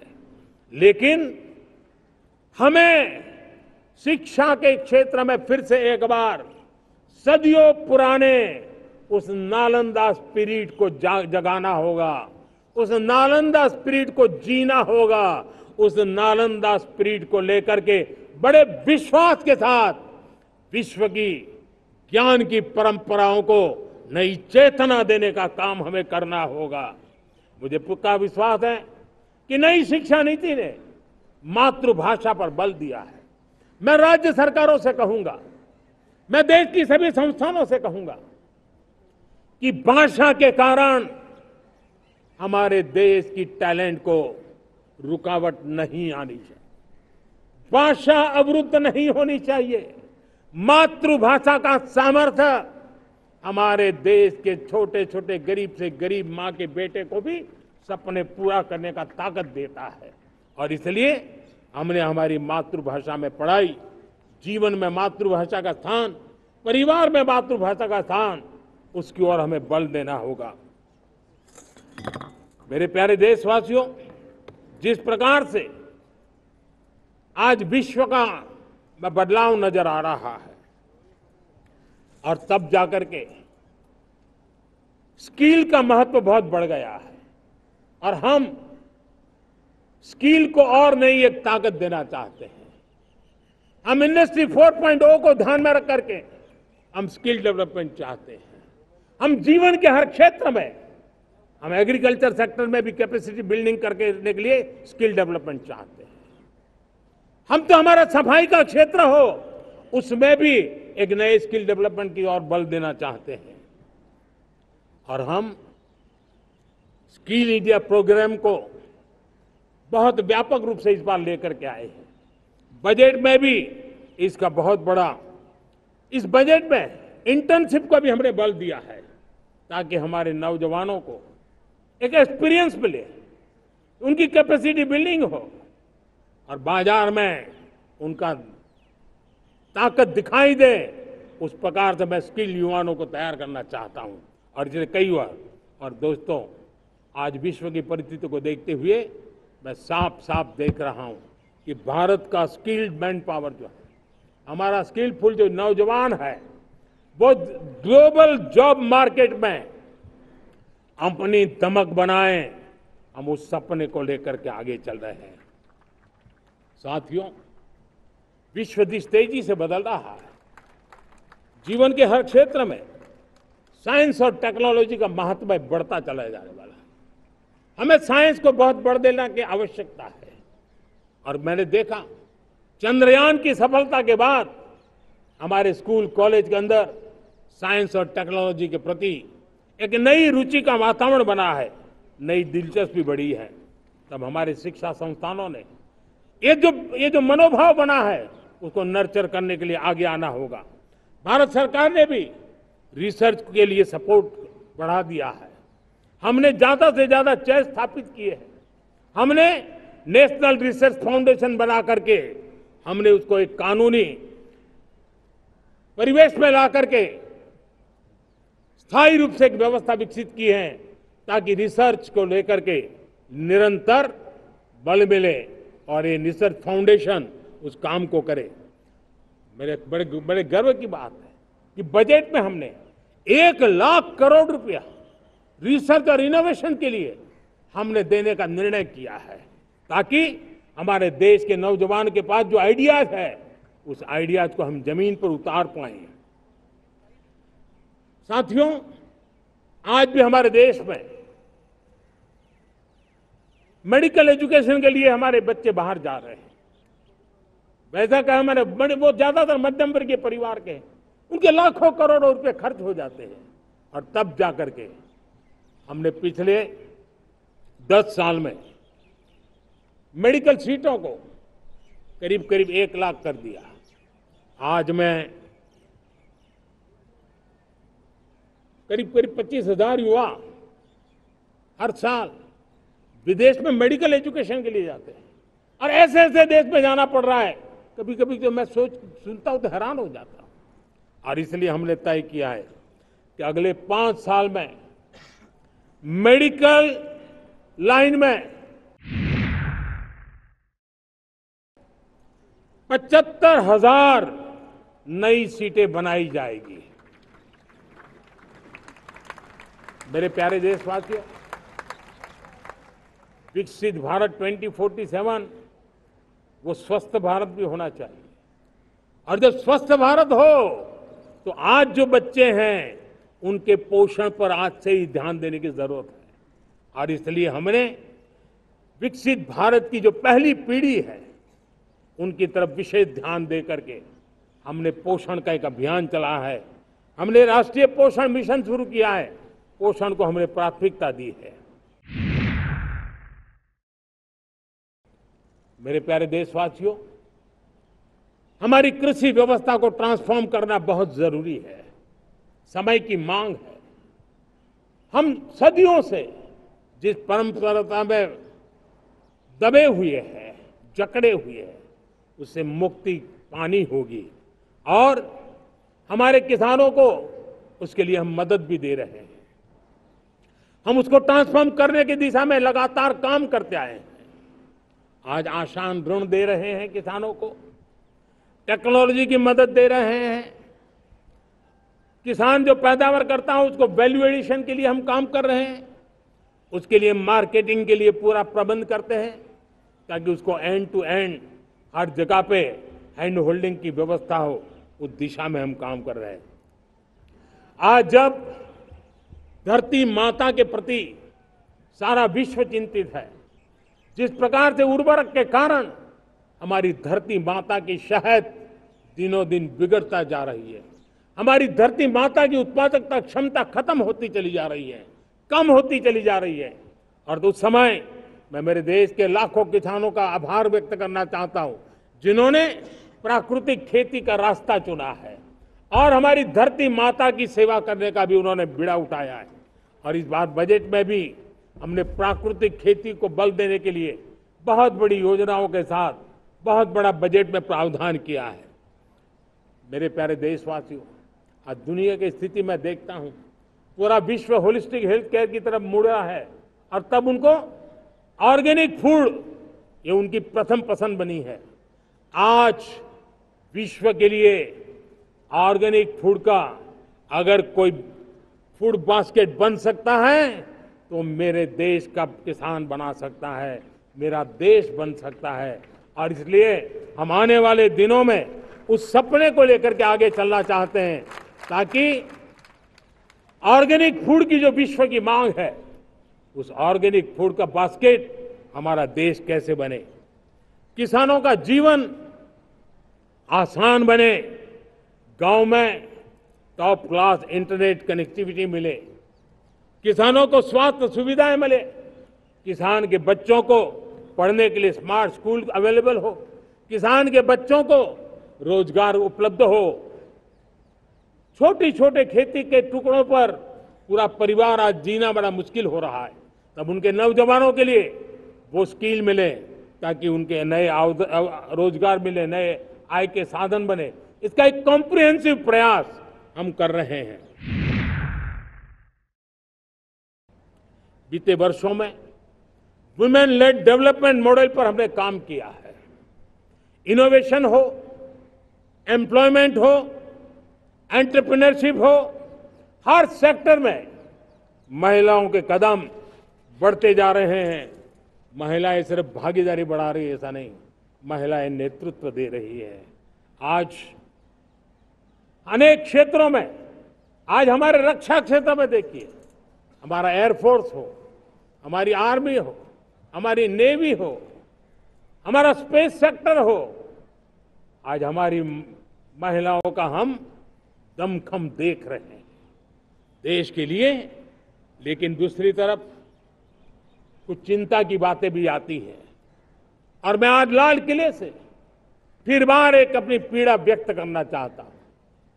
एक समाज के नाते हमें गंभीरता से सोचना होगा कि हमारी माताओं, बहनों, बेटियों के प्रति जो अत्याचार हो रहे हैं, उसके प्रति देश का आक्रोश है, जन सामान्य का आक्रोश है। इस आक्रोश को मैं महसूस कर रहा हूं। इसको देश को, समाज को, हमारी राज्य सरकारों को गंभीरता से लेना होगा। महिलाओं के विरुद्ध अपराधों की जल्द से जल्द जांच हो, राक्षसी कृत्य करने वालों को जल्द से जल्द कड़ी सजा हो, वो समाज में विश्वास पैदा करने के लिए जरूरी है। मैं ये भी बताना चाहूंगा कि जब बलात्कार की या महिलाओं पर अत्याचार की घटनाएं घटती हैं तो उसकी बहुत चर्चा होती है, बहुत प्रचार होता है, मीडिया में छाया रहता है। लेकिन जब ऐसे राक्षसी मनोवृत्ति व्यक्ति को सजा होती है तो वो खबरों में कहीं नजर नहीं आती है, कोने में कहीं पड़ा रहता है। अब समय की मांग है कि जिनको सजा होती है उसकी व्यापक चर्चा हो, ताकि ऐसा पाप करने वालों को भी डर पैदा हो कि ये पाप करने की हालत ये होती है कि फांसी पर लटकना पड़ता है। और मुझे लगता है कि ये डर पैदा करना बहुत जरूरी है। मेरे प्यारे देशवासियों, हमारे देश में ऐसी एक आदत बन गई थी स्वभाव से, हम देश को कम आंकना, देश के प्रति गौरव के भाव का अभाव होना, ये पता नहीं क्यों हमारे जहन में घुस गया था। और हम तो कभी कभी तो लेट आए तो कहते थे इंडियन ट्राइब, शर्म के साथ हम बोल देते थे। देश को इन चीजों से हमने बाहर लाने में सफलता पाई है। किसी जमाने में कहा जाता था अरे खिलौने भी बाहर से आते थे, वो दिन देखे हमने। आज मैं गर्व से कह सकता हूं कि मेरे देश के खिलौने दुनिया के बाजार में अपनी धमक लेकर के पहुंच गए। खिलौने हमारे एक्सपोर्ट होने शुरू हुए। तो एक जमाना था हम मोबाइल फोन इंपोर्ट करते थे, आज मोबाइल फोन का मैन्युफैक्चरिंग का इकोसिस्टम बना है, एक बहुत बड़ा हब बना है, और आज हम मोबाइल फोन दुनिया में एक्सपोर्ट करने लगे हैं। ये भारत की ताकत है। साथियों, भविष्य के साथ सेमीकंडक्टर जुड़ा हुआ है, आधुनिक टेक्नोलॉजी जुड़ी है, एआई जुड़ा हुआ है। हमने सेमीकंडक्टर मिशन पर काम शुरू किया है। हर उपकरण में मेड इन इंडिया चिप क्यों न हो, क्यों ये सपना मेरे देश का नौजवान देखे। टैलेंट यहाँ है, सारे इस प्रकार के रिसर्च काम हिंदुस्तान में होते हैं, तो अब प्रोडक्शन भी हिंदुस्तान में होगा, सेमीकंडक्टर का काम भी हिंदुस्तान में होगा, और हम एंड टू एंड सॉल्यूशन दुनिया को देने की ताकत रखते हैं। और हम उसको साथियों, एक जमाना हमने देखा है 2G के लिए हम कैसा संघर्ष करते थे। आज हर उपकरण में हम देख रहे हैं, हम तेजी से आगे बढ़े। और 5G जिस तेजी से पूरे देश में रोल आउट हुआ, हिंदुस्तान के करीब करीब सभी क्षेत्रों में 5G पहुंच गया। वो विश्व में तेज गति से 5G पहुंचाने में हम आगे रहे। और देश साथियों, मैंने कहा हम रुकने वाले नहीं हैं। 5G पे रुक जाना हमें मंजूर नहीं है। हम 6G पर अभी से मिशन मोड में काम कर रहे हैं, और विश्व में हम उसमें भी अपनी धमक जमाएंगे, ये मैं विश्वास से कहता हूं। मेरे प्यारे साथियों, डिफेंस सेक्टर, हमारी आदत हो गई थी डिफेंस बजट कितना ही क्यों न हो, लेकिन कभी कोई सोचता नहीं था कि डिफेंस बजट बढ़ा तो जाता कहां है। डिफेंस बजट विदेशों से खरीदी में चला जाता था। अब हम चाहते हैं हम आत्मनिर्भर बने, और मैं हमारी डिफेंस फोर्सेस का हृदय से धन्यवाद करता हूं। उन्होंने हजारों ऐसी चीजें लिस्ट कर दी है। उन्होंने तय किया है कि हम विदेश से नहीं लाएंगे। राष्ट्र के लिए जीना क्या कहते हैं, ये हमारे सेना के जवानों ने दिखाया है। और उसके कारण डिफेंस के सेक्टर में हम आत्मनिर्भर होते चले जा रहे हैं। आज डिफेंस मैन्युफैक्चरिंग में भारत की पहचान बनी है। और मैं आज खुशी से कह सकता हूं कि जो देश कभी डिफेंस की हर छोटी मोटी चीज बाहर से लाता था, आज धीरे धीरे दुनिया के कई देशों में हम जो डिफेंस के इक्विपमेंट मैन्युफैक्चर कर रहे हैं वो हम एक्सपोर्ट करने लगे हैं। दुनिया में डिफेंस हब, मैन्युफैक्चरिंग हब के रूप में हम धीरे धीरे उभर रहे हैं। हम मैन्युफैक्चरिंग क्षेत्र को बढ़ावा देना चाहते हैं क्योंकि रोजगार के लिए सर्वाधिक आवश्यक है। आज पीएलआई स्कीम को बहुत बड़ी सफलता मिली है। एफडीआई रिफॉर्म्स, उसने भी हमें बहुत बड़ी ताकत दी है। एमएसएमईज को बहुत बड़ा बल मिला है, नई व्यवस्थाएं विकसित हुई है और उसके कारण हमारा मैन्युफैक्चरिंग सेक्टर, हम दुनिया का एक मैन्युफैक्चरिंग हब बने। जिस देश के पास इतनी नौजवान शक्ति हो, जिस देश के अंदर ये सामर्थ्य हो, हम मैन्युफैक्चरिंग की दुनिया में भी इंडस्ट्री 4.0 में हम बहुत बड़ी ताकत के साथ आगे जाना चाहते हैं। और इसके लिए आवश्यक स्किल डेवलपमेंट, उस पर भी हमने बल दिया है। और स्किल डेवलपमेंट में भी हमने नए मॉडल तय किए हैं। हमने जन भागीदारी को जोड़ा है ताकि तुरंत रिक्वायरमेंट के अनुसार स्किल डेवलपमेंट हम कर सके। और मुझे विश्वास है, मैं लाल किले की प्राचीर से कह रहा हूं, वो दिन दूर नहीं होगा जो भारत इंडस्ट्रियल मैन्युफैक्चरिंग का हब होगा। दुनिया उसकी तरफ देखती होगी। आज विश्व की बहुत बड़ी कंपनियां भारत में निवेश करना चाहती हैं। ये चुनाव के बाद मैंने देखा, मेरे तीसरे कार्यकाल में जितने लोग मुझसे मिलने के लिए मांग कर रहे हैं वो ज्यादातर निवेशक लोग हैं, विश्व भर के निवेशक हैं। वो आना चाहते हैं, भारत में निवेश करना चाहते हैं। ये एक बहुत बड़ा गोल्डन अपॉर्चुनिटी है। मैं राज्य सरकारों से आग्रह करता हूं कि आप निवेशकों को आकर्षित करने के लिए स्पष्ट नीति निर्धारित कीजिए, गुड गवर्नेंस का आश्वासन दीजिए, लॉ एंड ऑर्डर सिचुएशन के लिए उनको भरोसा दीजिए। हर राज्य एक तंदुरुस्त स्पर्धा में आगे आए। राज्य राज्य के बीच निवेशकों को खींचने के लिए स्पर्धा होनी चाहिए निवेशकों के लिए, ताकि उनके राज्य में निवेशक आएंगे, उनके राज्य के नौजवानों को स्थानीय रूप से अवसर मिलेगा, रोजगार का अवसर मिलेगा। नीतियों में परिवर्तन लाना चाहिए तो ग्लोबल रिक्वायरमेंट के अनुसार नीतियों को राज्यों ने परिवर्तित करना चाहिए। लैंड की आवश्यकता है तो राज्यों ने लैंड बैंक बनानी चाहिए। गुड गवर्नेंस सिंगल पॉइंट पर काम करने के लिए राज्य जितने प्रोएक्टिव होंगे, जितने ज्यादा प्रयास करेंगे, जो निवेशक आ रहे हैं वो कभी भी वापस नहीं जाएंगे। सिर्फ भारत सरकार से काम ये होता नहीं है, राज्य सरकारों की बहुत बड़ी आवश्यकता होती है, क्योंकि जो भी प्रोजेक्ट लगने वाला है उस राज्य में लगने वाला है, उसको हर राज्य के साथ रोजमर्रा का काम पड़ता है। और इसलिए मैं राज्यों से आग्रह करूंगा कि जब विश्व पूरा भारत की तरफ आकर्षित हो रहा है, विश्व पूरा भारत में निवेश करने के लिए प्रतिबद्ध हो रहा है, तब ये हमारा दायित्व बनता है कि हमारी पुरानी आदतें छोड़ करके स्पष्ट नीति के साथ हम आगे आए। देखिए, आपको परिणाम अपने राज्य में दिखाई देगा और आपका राज्य भी चमक उठेगा, ये मैं आपको विश्वास देता हूं।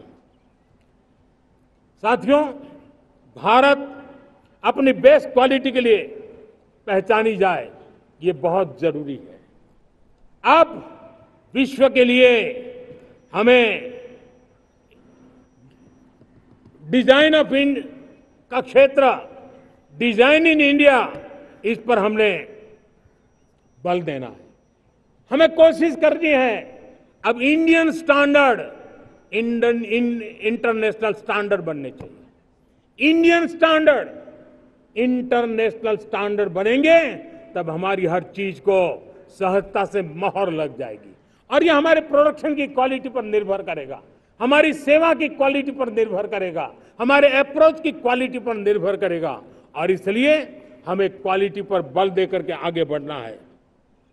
हमारे पास टैलेंट है, डिजाइन के क्षेत्र में हम दुनिया को बहुत कुछ नया दे सकते हैं।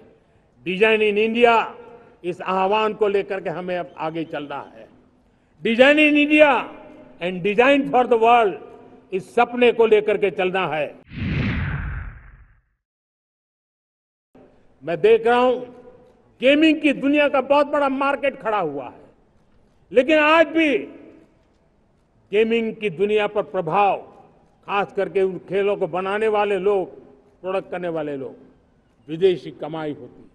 भारत के पास बहुत बड़ी विरासत है। हम गेमिंग की दुनिया में बहुत नई टैलेंट को लेकर के आ सकते हैं।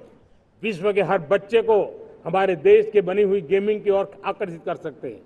मैं चाहता हूं कि भारत के बच्चे, भारत के नौजवान, भारत के आईटी प्रोफेशनल्स, भारत के एआई के प्रोफेशनल्स, वे गेमिंग की दुनिया को लीड करें। खेलने में नहीं, गेमिंग की दुनिया में हमारे प्रोडक्ट पूरे विश्व में पहुंचने चाहिए और पूरी दुनिया में हमारे एनिमेटर्स काम कर सकते हैं। एनिमेशन की दुनिया में हम अपनी दाग जमा सकते हैं। हम उस दिशा में काम करें। मेरे प्यारे देशवासियों, आज विश्व के अंदर ग्लोबल वार्मिंग, क्लाइमेट चेंज हर क्षेत्र में चिंता और चर्चा का विषय रहता है। भारत ने उस दिशा में काफी कदम उठाए हैं। हम विश्व को आश्वस्त करते रहे हैं और शब्दों से नहीं, अपने कार्यों से, प्राप्त परिणामों से हमने विश्व को आश्वस्त भी किया है और विश्व को आश्चर्यचकित भी किया है। हम ही हैं जिन्होंने सिंगल यूज प्लास्टिक पर प्रतिबंध लगाया है। हमने रिन्यूएबल एनर्जी पर विस्तार किया है। हमने रिन्यूएबल एनर्जी को एक नई ताकत दी है। आने वाले कुछ वर्षों में हम नेट जीरो फ्यूचर की ओर आगे बढ़ रहे हैं। मुझे याद है पेरिस अकॉर्ड में जिन देशों ने अपने लक्ष्य निर्धारित किए थे, आज मैं लाल किले की प्राचीर से मेरे देशवासियों की ताकत दुनिया को बताना चाहता हूं। G20 देश के समूह जो नहीं कर पाए, वो मेरे देश के नागरिकों ने करके दिखाया है। मेरे देशवासियों ने करके दिखाया है। हिंदुस्तान ने करके दिखाया है। पेरिस अकॉर्ड के अंदर जो टारगेट हमने तय किए थे, उन टारगेट को समय से पहले पूरा करने वाला G20 देशों के समूह में अगर कोई है तो एकमात्र मेरा हिंदुस्तान है, एकमात्र मेरा भारत है। और इसलिए गर्व होता है साथियों। रिन्यूएबल एनर्जी के टारगेट हमने पूरे किए। हम 2030 तक रिन्यूएबल एनर्जी को 500 गीगावाट तक ले जाने के लिए मकसद से काम कर। आप कल्पना कर सकते हैं कि कितना बड़ा लक्ष्य है। दुनिया के लोग सिर्फ 500 गीगावाट शब्द सुनते हैं ना, तो मेरी तरफ ऐसे ऐसे देखते हैं।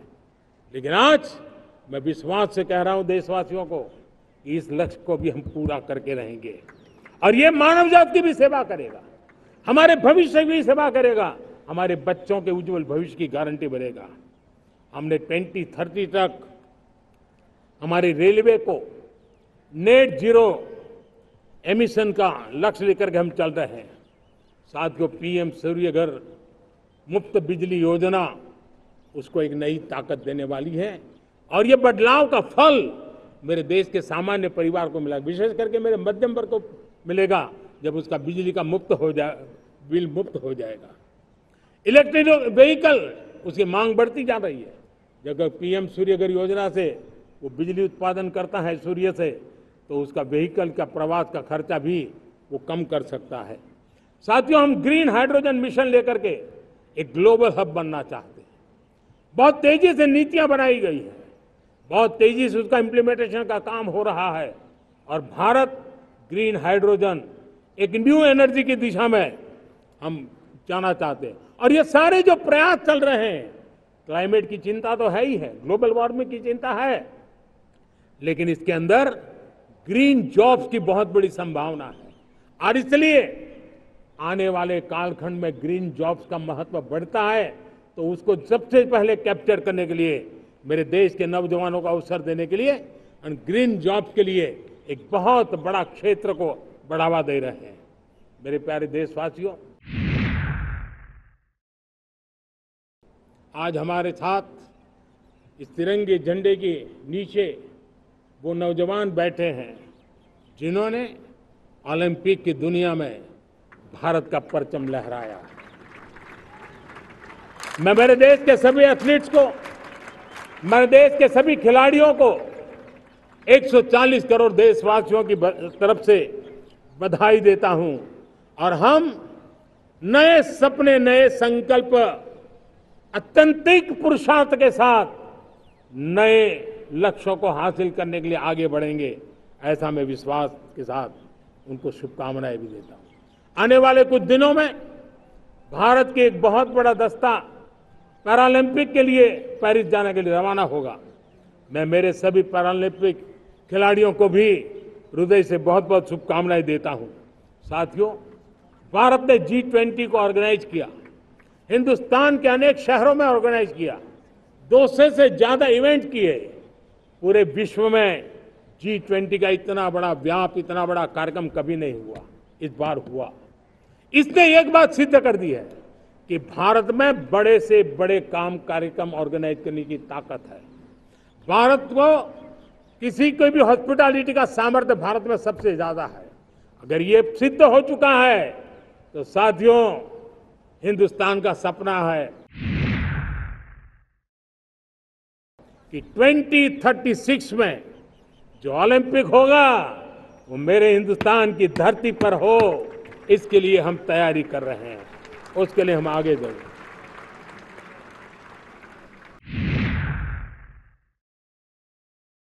समाज के आखिरी तबके के जो लोग हैं, ये हमारा सामाजिक दायित्व है। अगर कोई पीछे रह जाते हैं तो हमारी आगे बढ़ने की गति कम कर देता है और इसलिए हम आगे बढ़ना चाहते हैं तो भी सफलता तब मिलती है पीछे वाले को भी साथ साथ आगे ले आए। और इसलिए हम सबका दायित्व बनता है कि हमारे समाज में आज भी जो क्षेत्र पीछे रह गए हैं, जो समाज पीछे रह गए हैं, जो लोग पीछे रह गए हो, हमारे छोटे छोटे किसान हो, हमारे जंगलों में रहने वाले मेरे आदिवासी भाई बहन हो, हमारी माताएं बहनें हो, हमारे मजदूर हो, हमारे श्रमिक साथी हो, हमारे कामगार लोग हो, इन सबको हमें बराबरी में लाने के लिए, हमारे बराबर लाने के लिए भरपूर प्रयास करना है। लेकिन अब गति पकड़ गई है, अब लंबे दिन तक हमें वो करना नहीं पड़ेगा, बहुत जल्द वो हमारे पास पहुंच जाएंगे, हमारी बराबरी में आ जाएंगे, हमारी ताकत बहुत बढ़ जाएगी और बड़ी संवेदना के साथ हमें इस काम को करना है। और इसके लिए एक बहुत बड़ा अवसर आ रहा है। मैं मानता हूं संवेदनशीलता की दृष्टि से इससे बड़ा अवसर क्या हो सकता है। हमें पता है 1857 के स्वतंत्र संग्राम के पहले भी अंग्रेजों के नाक को दम करने वाला हमारा देश का एक आदिवासी युवक था। 20-22 साल की उम्र में उसने अंग्रेजों के नाक को दम ला दिया था, जिसको आज भगवान बिरसा मुंडा के रूप में लोग पूजा करते हैं। भगवान बिरसा मुंडा की 150वीं जयंती आ रही है। ये हम सबके लिए प्रेरणा का कारण बने। समाज के प्रति छोटा व्यक्ति भी देश के लिए कैसी जज्बात रखता है, उससे बड़ी प्रेरणा भगवान बिरसा मुंडा से अधिक कौन हो सकता है। आइए हम भगवान बिरसा मुंडा की 150वीं जयंती जब मनाएं, संवेदनशीलता का हमारा व्याप बढ़े, समाज के प्रति हमारा ममभाव बने। हम समाज के हर व्यक्ति को, गरीबों को, दलित को, पिछड़ों को, आदिवासियों को, हर एक को हम अपने साथ लेकर के चले। इस संकल्प को लेकर के चलना है। मेरे प्यारे देशवासियों, हम संकल्प के साथ तो बढ़ तो रहे हैं, बहुत आगे बढ़ रहे हैं, लेकिन ये भी सच है कि कुछ लोग होते हैं जो प्रगति देख नहीं सकते। कुछ लोग होते हैं जो भारत का भला सोच नहीं सकते हैं। जब तक खुद का भला न हो तब तक उनको किसी का भला अच्छा नहीं लगता है। ऐसी विकृत मानसिकता से भरे हुए लोगों की कमी नहीं होती है। देश को ऐसे लोगों से बचना होगा। वे निराशा की गर्त में डूबे हुए लोग हैं।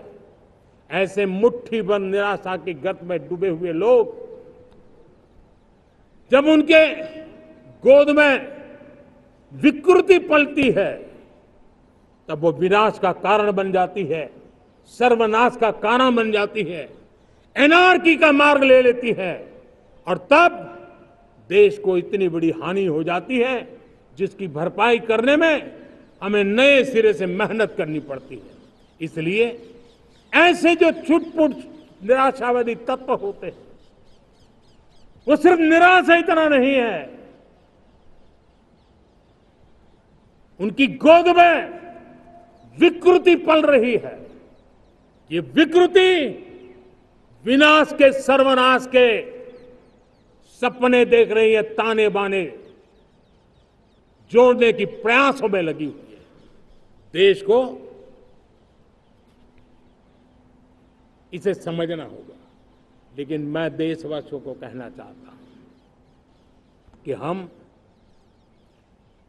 हमारी नेक नीयत से, हमारी ईमानदारी से, राष्ट्र के प्रति हमारे समर्पण से हम सारी परिस्थितियों के बावजूद भी विपरीत मार्ग पर जाने वालों के लिए भी, उनके भी दिल जीत करके हम देश को आगे बढ़ने के हमारे संकल्प में कभी भी पीछे नहीं हटेंगे। ये मैं विश्वास दिला चाहता हूं। साथियों, चुनौतियां हैं, अनगिनत चुनौतियां हैं। चुनौतियां भीतर भी है, चुनौतियां बाहर भी है। और जैसे जैसे हम ताकतवर बनेंगे, जैसे जैसे हमारा तवज्जो बढ़ेगा, तो चुनौतियां भी बढ़ने वाली है, बाहर की चुनौतियां और बढ़ने वाली है। और मुझे उसका भली भांति अंदाज है। लेकिन मैं ऐसी शक्तियों को कहना चाहता हूं, भारत का विकास किसी के लिए संकट लेकर के नहीं आता। हम विश्व में समृद्ध थे, तब भी हमने कभी दुनिया को युद्ध में नहीं झोंका है। हम बुद्ध का देश है, युद्ध हमारी राह नहीं है। और इसलिए विश्व चिंतित न हो भारत के आगे बढ़ने से।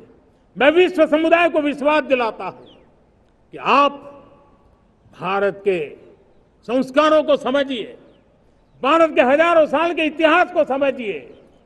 आप हमें संकट मत मानिए, आप उन तरकीबों से न जुड़िए जिसके कारण पूरी मानव जात का कल्याण करने का सामर्थ्य जिस भूमि में है, उस भूमि को ज्यादा मेहनत करनी पड़े।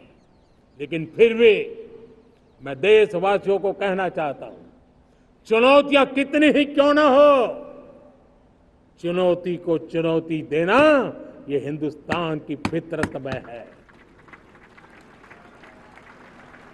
न हम डिगेंगे, न हम थकेंगे, न हम रुकेंगे, न हम झुकेंगे। हम संकल्पों की पूर्ति के लिए 140 करोड़ देशवासियों का भाग्य बदलने के लिए, भाग्य सुनिश्चित करने के लिए, राष्ट्र के सपनों को साकार करने के लिए हम कोई कोर कसर नहीं छोड़ेंगे। हर बदनीयत वालों को हम हमारी नेक नीयत से जीतेंगे, ये मैं विश्वास देता हूं। मेरे प्यारे देशवासियों, समाज की मनोरचना में भी बदलाव कभी कभी बहुत बड़ी चुनौती का कारण बन जाता है। हमारा हर देशवासी भ्रष्टाचार की दिमक से परेशान रहा है। हर स्तर के भ्रष्टाचार ने सामान्य मानवीय का व्यवस्थाओं के प्रति विश्वास तोड़ दिया है। उसको अपनी योग्यता, क्षमता का प्रति अन्याय की जो गुस्सा होता है, वो राष्ट्र की प्रगति में नुकसान करता है। और इसलिए हमने व्यापक रूप से भ्रष्टाचार के खिलाफ एक जंग छेड़ा है। मैं जानता हूं इसकी कीमत मुझे चुकानी पड़ती है, मेरी प्रतिष्ठा को चुकानी पड़ती है, लेकिन राष्ट्र से बड़ी मेरी प्रतिष्ठा नहीं हो सकती है, राष्ट्र के सपनों से बड़ा मेरा सपना नहीं हो सकता। और इसलिए ईमानदारी के साथ भ्रष्टाचार के खिलाफ मेरी लड़ाई जारी रहेगी, तीव्र गति से जारी रहेगी, और भ्रष्टाचारियों पर कार्रवाई जरूर होगी। मैं भ्रष्टाचारियों के लिए भय का वातावरण पैदा करना चाहता हूं, ताकि देश के सामान्य नागरिक को लूटने की जो परंपरा बनी है, उस परंपरा को मुझे रोकना है। लेकिन सबसे बड़ी नई चुनौती आई, भ्रष्टाचारियों से निपटना तो है ही, लेकिन समाज जीवन में उच्च स्तर पर एक जो परिवर्तन आया है वो सबसे बड़ी चुनौती भी है और एक समाज के लिए सबसे बड़ी चिंता भी है। क्या कोई कल्पना कर सकता है कि मेरे ही देश में इतना महान संविधान हमारे पास होने के बावजूद भी कुछ ऐसे लोग निकल रहे हैं जो भ्रष्टाचार का महिमा मंडन कर रहे हैं, खुलेआम भ्रष्टाचार का जय जयकार कर रहे हैं। समाज में इस प्रकार के बीज बोने का जो प्रयास हो रहा है, भ्रष्टाचार का जो महिमा मंडन हो रहा है, भ्रष्टाचारियों की स्वीकार्यता बढ़ाने का जो निरंतर प्रयास चल रहा है, वो स्वस्थ समाज के लिए बहुत बड़ी चुनौती बन गया है, बहुत बड़ी चिंता का विषय बन गया है। भ्रष्टाचारियों के प्रति समाज में दूरी बनाए रखने से ही किसी भी भ्रष्टाचारी को उस रास्ते पर जाने से डर लगेगा। अगर उसका महिमा मंडन होगा तो जो आज भ्रष्टाचार नहीं करता है उसको भी लगता है कि तो समाज में प्रतिष्ठा का रंग बन जाता है, उस रास्ते में जाने में बुरा नहीं है। मेरे प्यारे देशवासियों, बांग्लादेश में जो कुछ भी हुआ है उसको लेकर पड़ोसी देश के नाते चिंता होना, मैं इसको समझ सकता हूं। मैं आशा करता हूं कि वहां पर हालात जल्द ही सामान्य होंगे। खास करके 140 करोड़ देशवासियों की चिंता कि वहां हिंदू, वहां के अल्पसंख्यक, उस समुदाय की सुरक्षा सुनिश्चित हो। भारत हमेशा चाहता है कि हमारे पड़ोसी देश सुख और शांति के मार्ग पर चले। शांति के प्रति हमारा कमिटमेंट है, हमारे संस्कार है। हम आने वाले दिनों में बांग्लादेश की विकास यात्रा में हमेशा हमारा शुभचिंतन ही रहेगा, क्योंकि हम मानव जात की भलाई सोचने वाले लोग हैं। मेरे प्यारे देशवासियों, हमारे संविधान को 75 वर्ष हो रहे हैं। भारत के संविधान के 75 वर्ष की यात्रा देश को एक बनाना, देश को श्रेष्ठ बनाने में बहुत बड़ी भूमिका रही है। भारत के लोकतंत्र को मजबूती देने में हमारे देश के संविधान की बहुत बड़ी भूमिका रही। हमारे देश के दलित, पीड़ित, शोषित, वंचित को सुरक्षा देने का बहुत बड़ा काम हमारे संविधान ने किया है। अब जब संविधान के 75 वर्ष हम मनाने जा रहे हैं, तब हम देशवासियों ने संविधान में निर्दिष्ट कर्तव्य के भाव पर बल देना बहुत जरूरी है। और जब मैं कर्तव्य की बात करता हूं, तब मैं सिर्फ नागरिकों पर बोझ बनाना नहीं चाहता। कर्तव्य केंद्र सरकार के भी है, कर्तव्य केंद्र सरकार के हर मुलाजिम के भी है, कर्तव्य राज्य सरकारों के भी है, राज्य सरकार के हर मुलाजिम के हैं, कर्तव्य हर स्थानीय स्वराज संस्था के हैं, चाहे पंचायत हो, नगर पालिका हो, महानगर पालिका हो, तहसील हो, जिला हो, हर किसी के कर्तव्य है। लेकिन साथ साथ 140 करोड़ देशवासियों की कर्तव्य है। अगर हम सब मिल करके अपने कर्तव्यों का निर्वाह करेंगे तो हम अपने आप औरों के अधिकारों की रक्षा करने के लिए निमित्त बनेंगे। और जब कर्तव्य का पालन होता है तब अधिकारों की रक्षा निहित होती है, उसके लिए कोई अलग से प्रयास करने की जरूरत नहीं पड़ जाती है। मैं चाहता हूं कि हमारे इस भाव को लेकर हम चलेंगे, हमारा लोकतंत्र भी मजबूत होगा, हमारा सामर्थ्य और बढ़ेगा और हम एक नई शक्ति के साथ आगे बढ़ेंगे। मेरे प्यारे देशवासियों, हमारे देश में सुप्रीम कोर्ट ने बार बार यूनिफॉर्म सिविल कोड को लेकर जो चर्चा की है, अनेक बार आदेश दिए हैं, क्योंकि देश का एक बहुत बड़ा वर्ग मानता है और उसमें सच्चाई भी है कि जिस सिविल कोड को हम लेकर के जी रहे हैं वो सिविल कोड सचमुच में तो एक प्रकार का कम्युनल सिविल कोड है, भेदभाव करने वाला सिविल कोड है। ऐसे सिविल कोड से जब संविधान के 75 वर्ष मना रहे हैं और संविधान की भावना भी जो हमें कहती है करने के लिए, देश की सुप्रीम कोर्ट भी हमें कहती है करने के लिए, और तब जो संविधान निर्माताओं का सपना था उस सपने को पूरा करना हम सबका दायित्व है। और मैं मानता हूं इस गंभीर विषय पर देश में चर्चा हो, व्यापक चर्चा हो, हर कोई अपने विचारों को लेकर के आए और उन कानूनों को, जो कानून धर्म के आधार पर देश को बांटते हैं, जो ऊंच नीच का कारण बन जाते हैं, ऐसे कानूनों को आधुनिक समाज में कोई स्थान नहीं हो सकता है। और इसलिए मैं तो कहूंगा अब समय की मांग है कि देश में एक सेकुलर सिविल कोड हो। हमने कम्युनल सिविल कोड में 75 साल बिताए हैं, अब हमें सेक्युलर सिविल कोड की तरफ जाना होगा और तब जाकर के देश में धर्म के आधार पर जो भेदभाव हो रहे हैं, सामान्य नागरिक को जो दूरी महसूस होती है, उससे हमें मुक्ति मिलेगी। मेरे प्यारे देशवासियों, जब मैं देश में एक चिंता हमेशा कहता हूं, परिवारवाद, जातिवाद भारत के लोकतंत्र को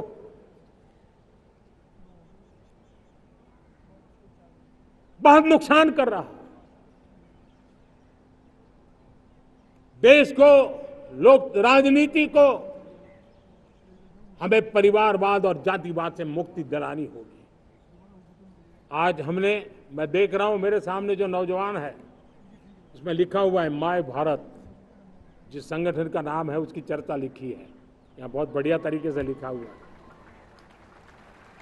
माय भारत के अनेक मिशन है। एक मिशन ये भी है कि हम जल्द से जल्द देश में राजनीतिक जीवन में जनप्रतिनिधि के रूप में 1 लाख ऐसे नौजवानों को आगे लाना चाहते हैं। शुरुआत में 1 लाख नौजवानों को आगे लाना चाहते हैं जिनके परिवार में किसी का भी कोई राजनीतिक बैकग्राउंड न हो, जिसके माता पिता भाई बहन चाचा मामा मामी कभी भी राजनीति में नहीं रहे, किसी भी पीढ़ी में नहीं रहे, ऐसे होनहार नौजवानों को फ्रेश ब्लड 1 लाख, चाहे वो पंचायत में आए, चाहे नगर पालिका में आए, चाहे जिला परिषदों में आए, चाहे विधानसभा में आए, लोकसभा में आए, 1 लाख नए नौजवान, कोई भी प्रकार का पूर्व का राजनीतिक इतिहास उनके परिवार का ना हो, ऐसे फ्रेश लोग राजनीति में आए ताकि जातिवाद से मुक्ति मिले, परिवारवाद से मुक्ति मिले, लोकतंत्र को समृद्धि मिले। और जरूरी नहीं है कि एक दल में जाए, उनको जो पसंद हो उस दल में जाए, उस दल में जाकर के वो जनप्रतिनिधि बनकर के आगे आए। देश तय करके चले कि आने वाले दिनों में 1 लाख ऐसे नौजवान जो परिवार राजनीति से दूर दूर का संबंध नहीं है, ऐसे फ्रेश ब्लड आएंगे तो सोच भी नहीं आएगी, सामर्थ्य भी नहीं आएगा, लोकतंत्र समृद्ध होगा। और इसलिए हमें इस दिशा में आगे होना है। और मैं चाहूंगा कि देश ने बार बार चुनाव इस देश की प्रगति में रुकावट बन रहे हैं, गतिरोध पैदा कर रहे हैं।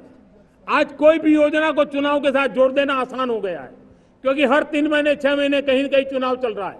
कोई भी योजना जाहिर करोगे आप तो मीडिया में देखेंगे, चुनाव आया तो फलाना हो गया, चुनाव आया तो फलाना हो गया।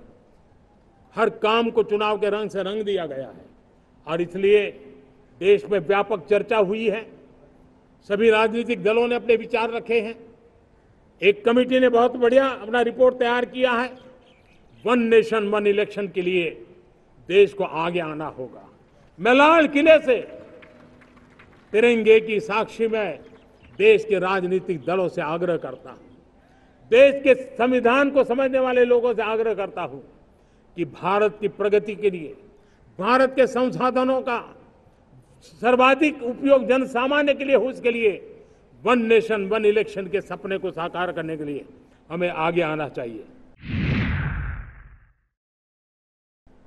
मेरे प्यारे देशवासियों, भारत का स्वर्णिम कालखंड है। 2047 विकसित भारत, ये हमारी प्रतीक्षा कर रहा है। बाधाएं, रुकावटें, चुनौतियां, उसको परास्त करके एक दृढ़ संकल्प के साथ ये देश चलने के लिए प्रतिबद्ध है। और साथियों, मैं साफ देख रहा हूं, मेरे विचारों में कोई झिझक नहीं है। मेरे सपनों के सामने कोई पर्दा नहीं है। मैं साफ साफ देख सकता हूं कि यह देश 140 करोड़ देशवासियों के परिश्रम से, हमारे पूर्वजों का खून हमारी रगों में है। अगर वो 40 करोड़ लोग आजादी के सपनों को पूर्ण कर सकते हैं तो 140 करोड़ देशवासी समृद्ध भारत के सपने को साकार कर सकते हैं। 140 करोड़ देशवासी विकसित भारत के सपने को साकार कर सकते हैं। और मैंने पहले भी कहा था कि मेरे तीसरे टर्म में देश तीसरी इकोनॉमी तो बनेगा ही, लेकिन मैं 3 गुना काम करूंगा, 3 गुना तेज गति से काम करूंगा, 3 गुना व्यापकता से काम करूंगा, ताकि देश के लिए जो सपने हैं वो बहुत निकट में पूरे हो। मेरा हर पल देश के लिए है। मेरा हर क्षण देश के लिए है। मेरा कण कण सिर्फ और सिर्फ मां भारती के लिए है। और इसलिए 24/7 और 2047 इस प्रतिबद्धता के साथ आइए, मैं देशवासियों का आह्वान करता हूं। हमारे पूर्वजों ने जो सपने देखे थे, उन सपनों को हम संकल्प बनाए, अपने सपनों को जोड़े, अपने पुरुषार्थ को जोड़े, और 21वीं सदी जो भारत की सदी है, उस सदी में स्वर्णिम भारत बना के रहें, उसी सदी में हम विकसित भारत बना के रहें और उन सपनों को पूरा करते हुए आगे बढ़े। और स्वतंत्र भारत 75 साल की यात्रा के बाद एक नए मुकाम पर बढ़ रहा है, तब हम कोई कोर कसर न छोड़े। और मैं आपको विश्वास दिलाता हूं, आपने मुझे जो दायित्व दिया है, मैं कोई कोर कसर नहीं छोड़ूंगा। मैं मेहनत में कभी पीछे नहीं रहूंगा। मैं साहस में कभी कतराता नहीं हूं। मैं चुनौतियों से कभी टकराते से डरता नहीं हूं। क्यों? क्योंकि मैं आपके लिए जीता हूं, मैं आपके भविष्य के लिए जीता हूं, मैं आप भारत माता के उज्जवल भविष्य के लिए जी रहा हूं।